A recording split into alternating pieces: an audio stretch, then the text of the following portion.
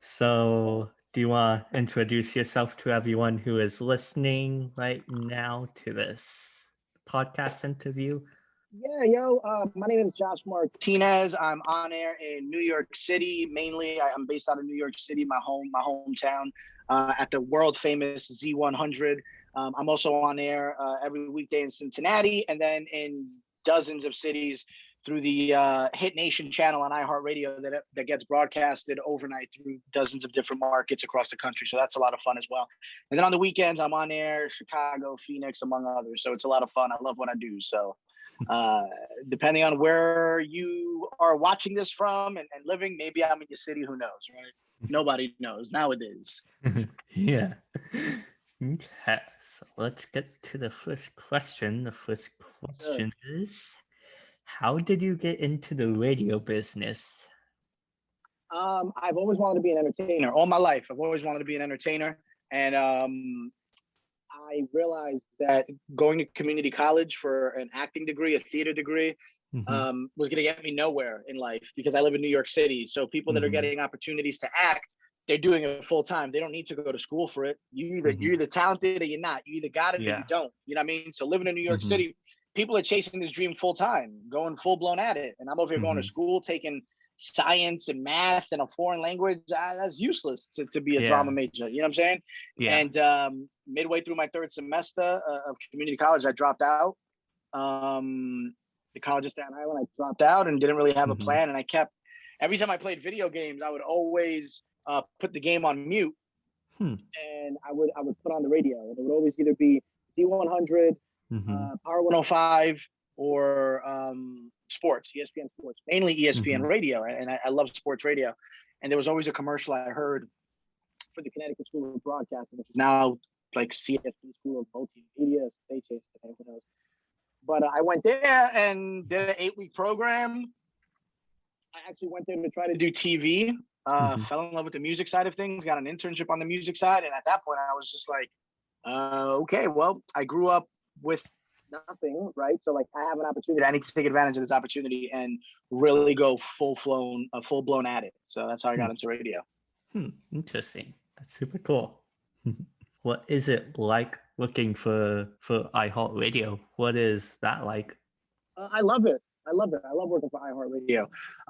It has given me, and iHeartMedia is the actual company name. Yeah. The app is called iHeartMedia. But working for iHeartMedia has been tremendous. I mean, I've had opportunities in my career that I otherwise would have never had.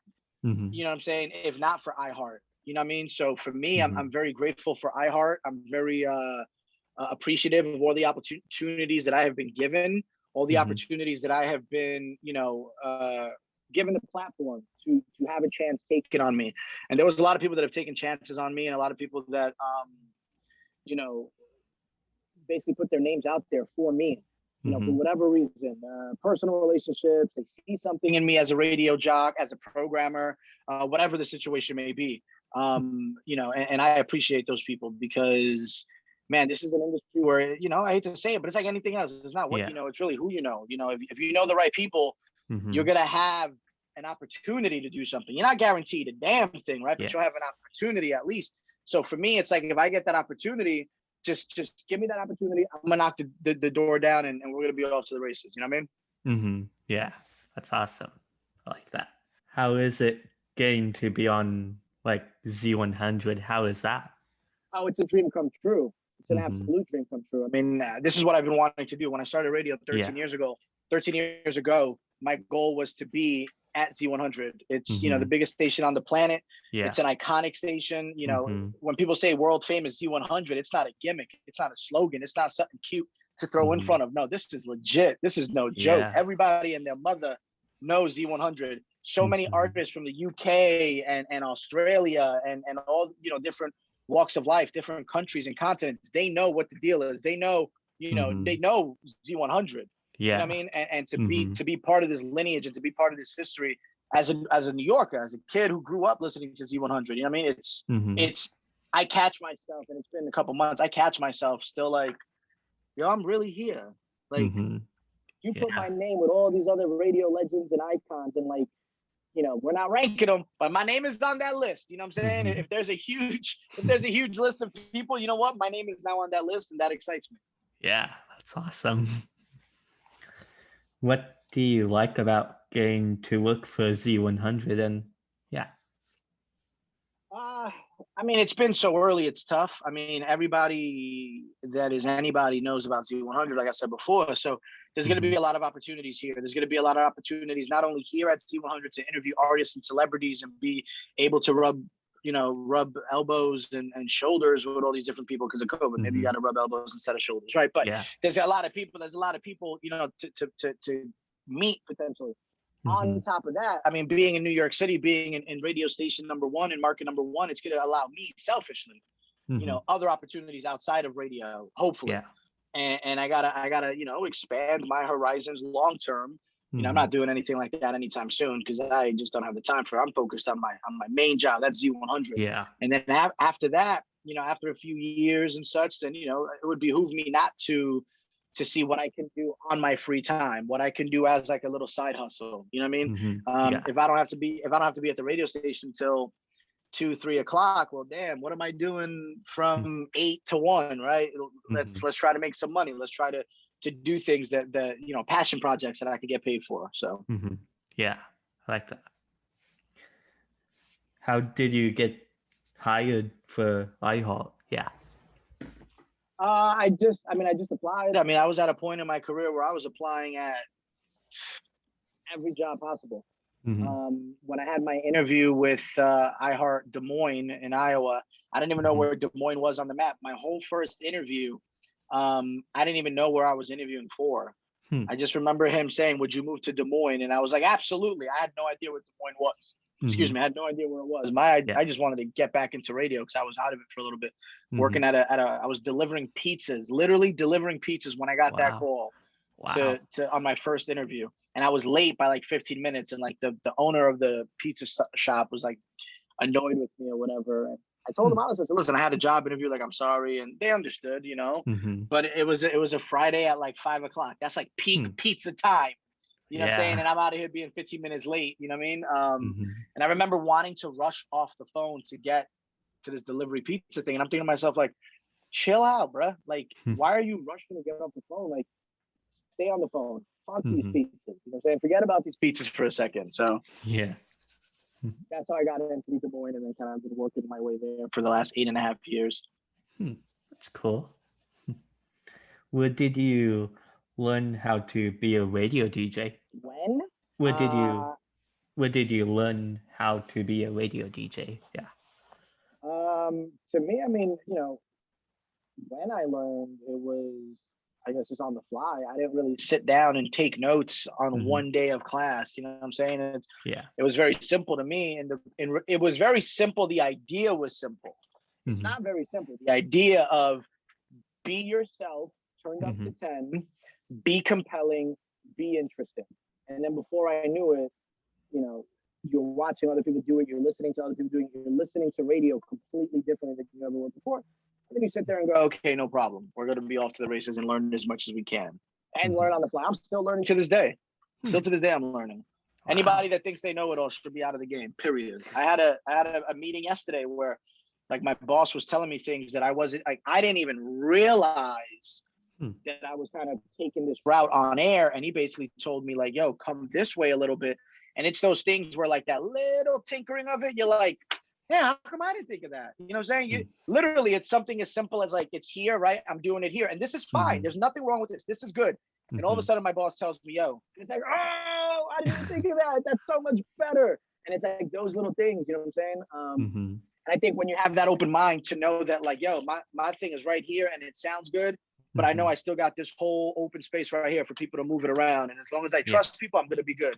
The moment you box yourself in here and you don't want to move, it's a wrap. You should get out of the business if you think you know it all. I like that.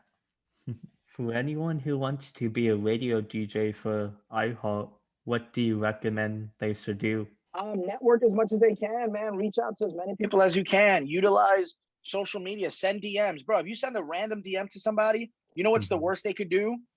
Ignore you. Yeah. And it's like it never happened. Done. Next. That's it. Keep going down that line. You know what I mean? Yeah. That's my best advice. Network as much as you could. That's good. I like that. What what is the hiring process? What was the hiring process like for Ihop? Every market is a little different. More specifically, New York City, you kind of Mm-hmm. audition. Yeah. And because of COVID, things are a little weird, but typically it's, you send in an air check, maybe even 2 or 3, depending on how long the process is. And then you do multiple interviews, whether it's in person now because of COVID. A lot of people are relying on Skype and Teams and Google and all these other things. So it varies, but it's as simple as any other job. The only thing is that you have to send in an air check or a demo of your work, and not a best of either. People don't want to hear a best of. Yeah. And I think it behooves you if you send the best of, because if you send me a best of and I know it's a best of and you still ain't good, and this is supposed to be your best, I'm not interested, dog. We out. Yeah. So if you just send me your random Thursday afternoon shift and I can get an idea of how you sound, then we're in business because I can help you. But if you think this is your best work and it's the drizzling shits, nah, dog, it's a no for me. Yeah, I like that. What is your favorite thing about getting to work for Ihop? Yeah, giving people the opportunity to do things they otherwise would never do. I love hooking people up with concert tickets, backstage passes, all that stuff. That shit is fun to me. You know what I'm saying? I grew up poor. I grew up with nothing. So for me, I have the opportunity to hook people up and give them a memory they'll never forget. Yo, sign me up. I'll do that shit all day, man. I love that. That's the most fun part. Yeah. Giving people the opportunity to do things they otherwise would never do, and bringing my family involved, getting my family involved, having my sister to meet Taylor Swift, or my girlfriend to meet her favorite artist, Macklemore, like all these different things. You know what I'm saying? Like that stuff is cool to me. That's awesome. For anyone who wants to get a mentor, should they message the local radio DJ? What do you recommend? Yeah, I think, again, this goes back to what I was saying before, networking. Just start with your local market and then start branching outward. You know what I'm saying? If you're looking for a mentor specifically, I always suggest, start wherever you're willing to drive. So let's say there's another city 45 minutes away. If you're willing to drive that 45 minutes, DM everybody in that city. If there's another market 2 hours away and you're willing to make that drive once a week, twice a week, DM that city. But don't do it. Don't hit anybody up that you're not willing to constantly communicate with or drive to. That's just a waste of everybody's time. Yeah, I like that. That's all the questions I typed up. Yeah, I can't think of any other questions. I think that's all, and I think that's good. Yeah. Oh, good. I appreciate it, Jacob. Thank you so much. Welcome. Thank you for having me. Hopefully my answers help you and anybody else that'll eventually watch this.